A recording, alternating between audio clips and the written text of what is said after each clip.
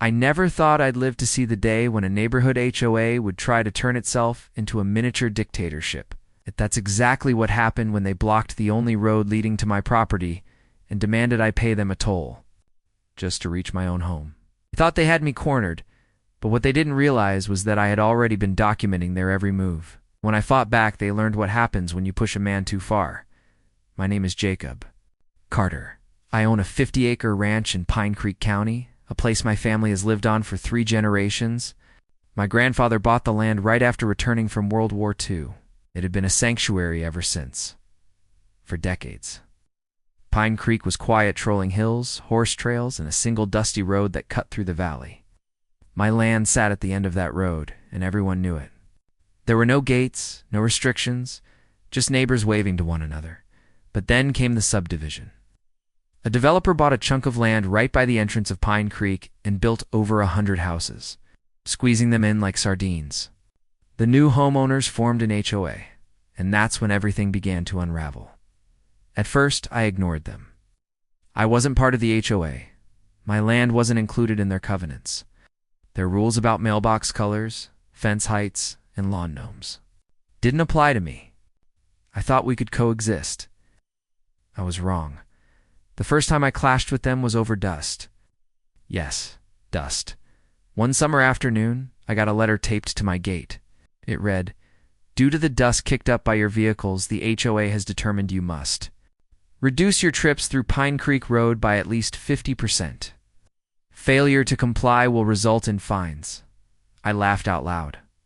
Fines for driving on a county road? I tossed the letter in the trash and went about my day.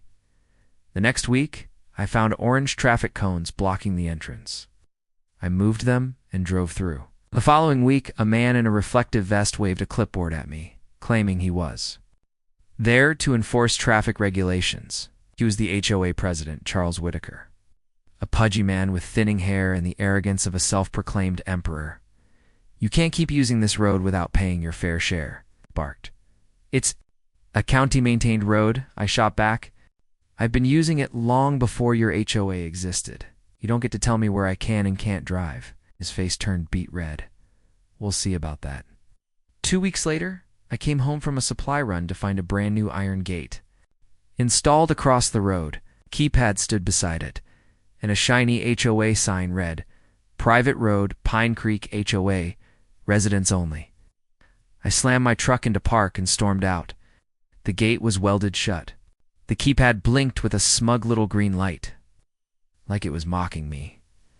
Charles and a group of board members were standing nearby, arms folded. "This is harassment," I said. "No," Charles replied coolly. "It's community protection.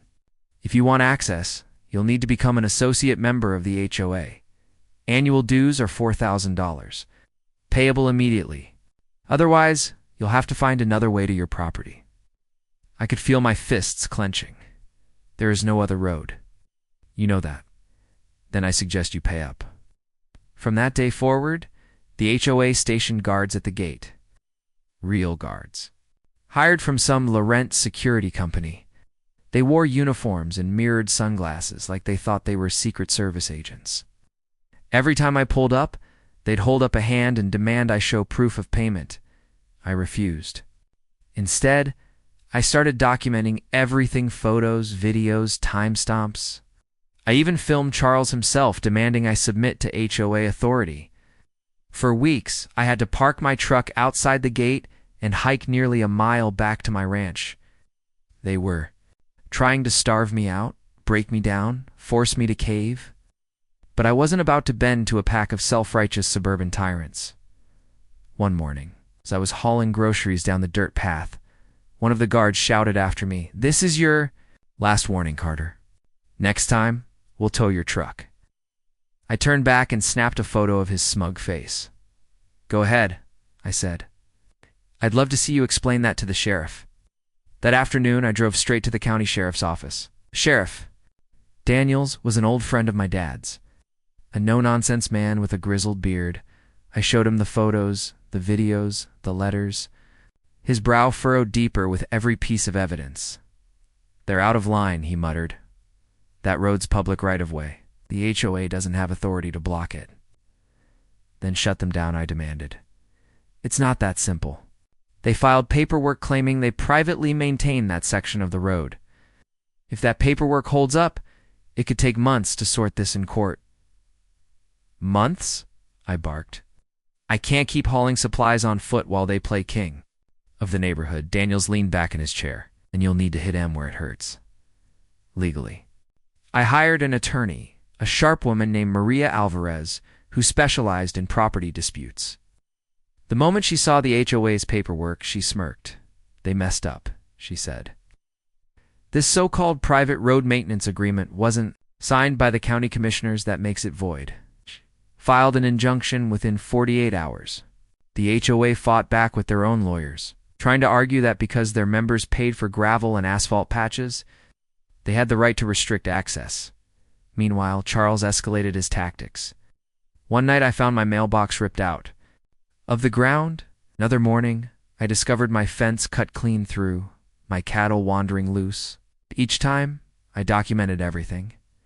The courtroom showdown finally came 6 months later. Charles strutted in like a general leading an army, flanked by HOA board members in suits. But when Maria presented our evidence, the unlawful gate, the harassment, vandalism, the judge's face hardened. This court orders the immediate removal of the Pine Creek HOA gate and declares Pine Creek Road a public access road, the judge said sternly. Furthermore, Mr. Carter is entitled to damages for interference with property access. Charles' jaw dropped. 2 days later, sheriff's deputies arrived with bolt cutters, stood there with my arms crossed as they sliced the gate chain and pushed it open. The hired guards slunk away, muttering under their breath. I drove my truck through with the windows down, honking the horn like a victory march. The sound echoed through the valley, a declaration of freedom. But the best part? The judge awarded me $75,000 in damages money the HOA had to pay out of their community fund. That meant every smug homeowner in Pine Creek, including Charles, had to dig into their own pockets because of his little dictatorship stunt. When the first round of special assessment bills went out, the neighborhood erupted. People shouted at HOA meetings, demanding Charles resign. Within weeks, he was voted out in disgrace. Today, Pine Creek Road is open again. The HOA still exists, but their power has been clipped. A new board took over, one that actually respects the law. As for me, I keep a framed photo of that broken gate hanging in my living room. It's a reminder that no matter how powerful someone thinks they are, bullies crumble when you stand your ground. The HOA thought they could block me from my own land and bleed me dry with fees. Instead, they ended up paying me for the trouble. Dictators fall always. For more interesting and heart-touching stories, hit the subscribe button now.